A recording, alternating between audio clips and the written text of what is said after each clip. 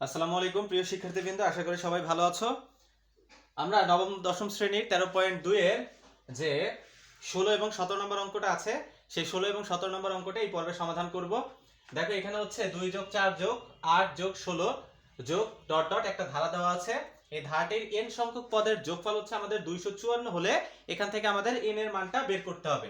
দেখো, এখানে হচ্ছে 2 এবং 4 এর মধ্যে পার্থক্য হচ্ছে 2, 4 এবং 8 এর মধ্যে পার্থক্য হচ্ছে 4, 8 এবং 16 এর মধ্যে পার্থক্য হচ্ছে 8। যেহেতু পার্থক্য সবার না, সেহেতু এটাকে আমি ধরে নিতে পারি এটা হচ্ছে আমাদের কি ধারা, গুণোত্তর ধারা। তাহলে গুণোত্তর ধারার প্রথম পদটা হচ্ছে কত? গুণোত্তর ধারার প্রথম পদ a ইকুয়াল টু হচ্ছে আমাদের 2। গুণোত্তর ধারার প্রথম পদ a হচ্ছে 2। তারপরে আমরা বের করব এখান থেকে সাধারণ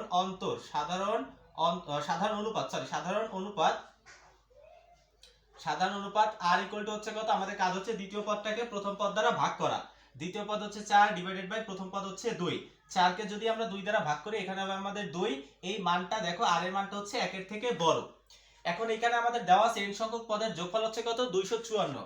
তাহলে দেওয়া আছে, আমরা লিখতে পারি দেওয়া আছে n সংখ্যক পদের যোগফল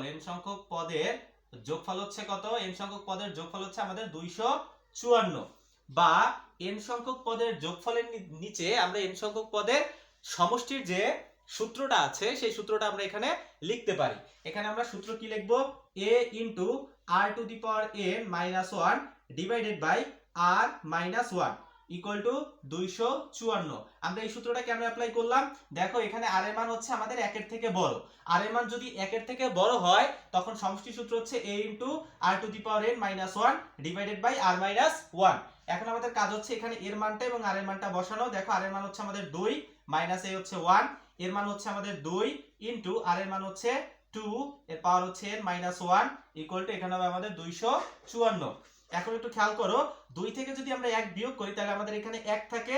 2 থেকে 1 বিয়োগ করলে 1 থাকবে, এবং 1 দ্বারা যদি এই উপরের রাশিটাকে আমরা ভাগ করি তাহলে আমাদের এইটাই হবে 2 into 2 to the power n minus 1 equal to 254।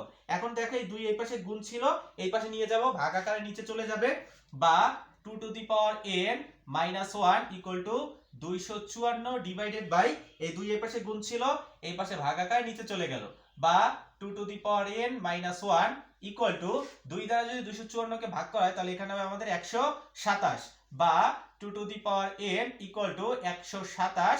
এই 1 এই পাশে মাইনাস ছিল, এই পাশে এসে চলে, এই পাশে আসলে এটা প্লাস 1 হয়ে যাবে, বা 2 এর পাওয়ার n ইকুয়াল টু 127 আর 1 যোগ করলে এখানে হবে 128, বা 2 to the power n equal to 128 কে আমরা লিখতে পারি 2 এর পাওয়ার 7। এই 2 এবং এই 2 আমরা বাদ দিয়ে দিতে পারি, তাহলে আমাদের n ইকুয়াল টু কত থাকবে? 7। তাহলে দেখো, আমাদের এখানে বের করতে বলছে n এর মান কত, তাহলে আমাদের n এর মান বের হয়েছে কত? 7। এই হচ্ছে আমাদের অ্যানসার।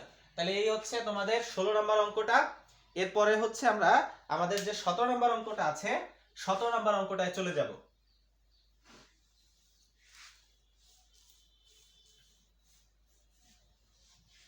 দেখো, এখানে হচ্ছে আমাদের 17 নম্বর অঙ্কটা।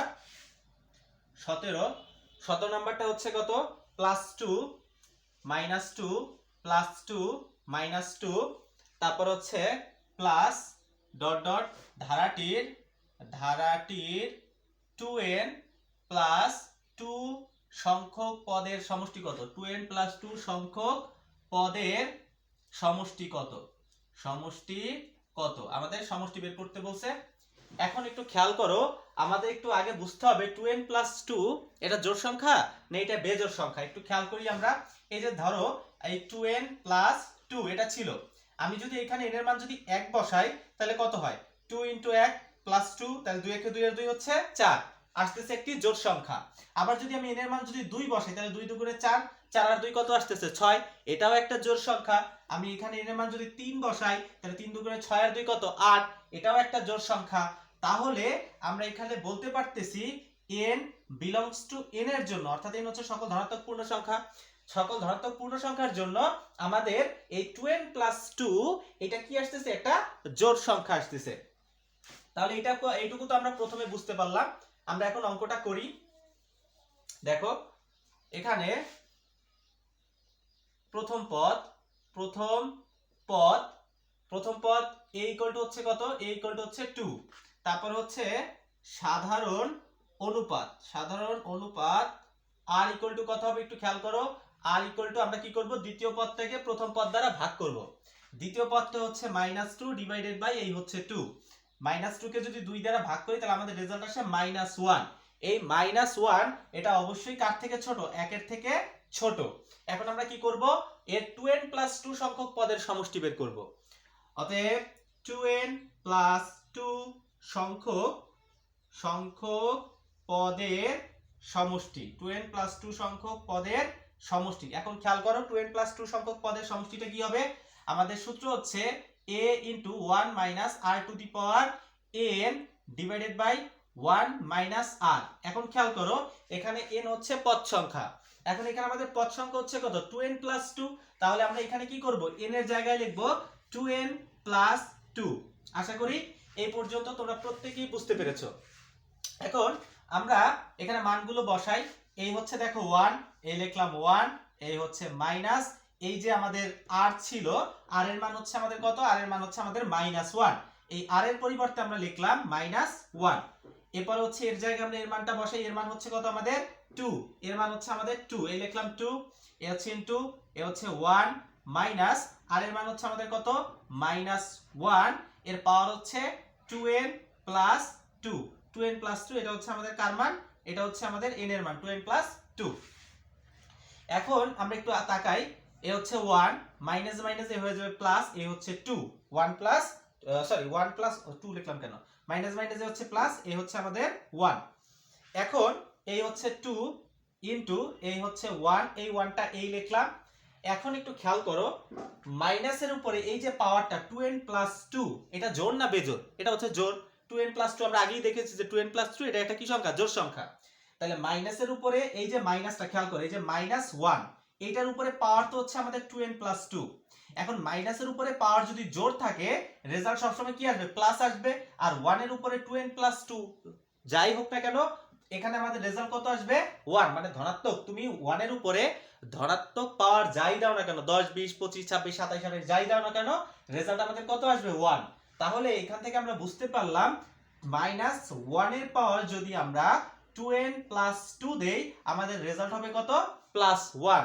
এখন খেয়াল করো এই যে +1 আর এইখানে দেখো একটা মাইনাস আছে, এটা হচ্ছে আমাদের সূত্রের মাইনাস। তাহলে এখানে হচ্ছে আমাদের +1 আর এটা হচ্ছে সূত্রের মাইনাস, তাহলে প্লাসে মাইনাসে এখানে হবে মাইনাস, এই হচ্ছে আমাদের 1। এখন নিচে 1 আর 1 যোগ করলে কত হইলো, 2, আর এখানে হচ্ছে 2 ইনটু 1 থেকে 1 বিয়োগ করলে কত হয়, 0। এখন দেখো খেয়াল করো 2 এর সাথে 0 গুণ করলে এখানে কত হবে, 0 ডিভাইডেড বাই 2। 0 কে যদি আমরা 2 দ্বারা ভাগ করি তাহলে আমাদের রেজাল্ট আসে কত, 0। তাহলে আমাদের 2n + 2 সংখ্যক পদের যোগফল হচ্ছে কত, 0। এটা হচ্ছে আমাদের অঙ্কে যদি আমরা করি তোমরা এইভাবে করে নিবা। আর হচ্ছে একটু খেয়াল করো এই টাইপের অঙ্কগুলো আমাদের এমসিকিউতে বেশি আসে। আমি তোমাদের আগেও একটা বলেছিলাম যে এই টাইপের অঙ্ক যদি তোমাদের এমসিকিউতে আসে তখন তোমরা কি করবা, তখন তোমাদের কাজ হচ্ছে শুধুমাত্র এই যে সংখ্যাটা জোড় নাকি বেজোড় সেটা তোমাদের আগে আইডেন্টিফাই করতে হবে। এটাকে আমরা আইডেন্টিফাই করে ফেললাম যেটা একটা কি সংখ্যা, জোড় সংখ্যা। যখন তুমি এটাকে আইডেন্টিফাই করে ফেলবা যেটা জোড় সংখ্যা তখন তুমি কি করবা, এখান থেকে মানে তুমি দুইটা পদ দিবা। জাস্ট তোমার কাজ হচ্ছে দুইটা পদ নেওয়া, দুইটা পদ। তাহলে আমরা এখান থেকে এই দুইটা পদ দিলাম, দেখো দুইটা পদ। তাহলে +2 -2 কাটা গেল, তাহলে আমাদের কি হবে, অ্যানসার 0। তাহলে আমরা কিন্তু অ্যানসারটা অটোমেটিক্যালি বের করতে পারি যদি ধারাটা এইভাবে থাকে +2 -2 +2 -2 +2 -2, অথবা -2 +2 -2 +2 -2 +2 এইভাবে যদি থাকে তখন তোমরা এই সিস্টেমটা অ্যাপ্লাই করে তোমরা এখান থেকে খুব ইজিলি ভাবে তোমরা অ্যানসারটা বের করতে পারবা। যদি এইটা বেজোড় হইতো, এটা যদি বেজোড় হইতো তাহলে তোমরা এখান থেকে তিনটা পদ দিবা, তোমাদের কাজ হচ্ছে তিনটা পদ নেওয়া। তাহলে এখান থেকে +2 -2 কাটা গেলে এখানে থাকতো কত, +2। তাহলে তখন অ্যানসার হইতো আমাদের কত, +2। আশা করি এটা তোমরা বুঝতে পেরেছো। যারা বুঝতে পারো নাই অথবা কোনো জায়গায় যদি সমস্যা থাকে আমাকে অবশ্যই কমেন্টে জানাবে, এবং চ্যানেলটা যারা এখনো সাবস্ক্রাইব করো নাই কষ্ট করে সাবস্ক্রাইব করে নিবে। ধন্যবাদ সকলকে।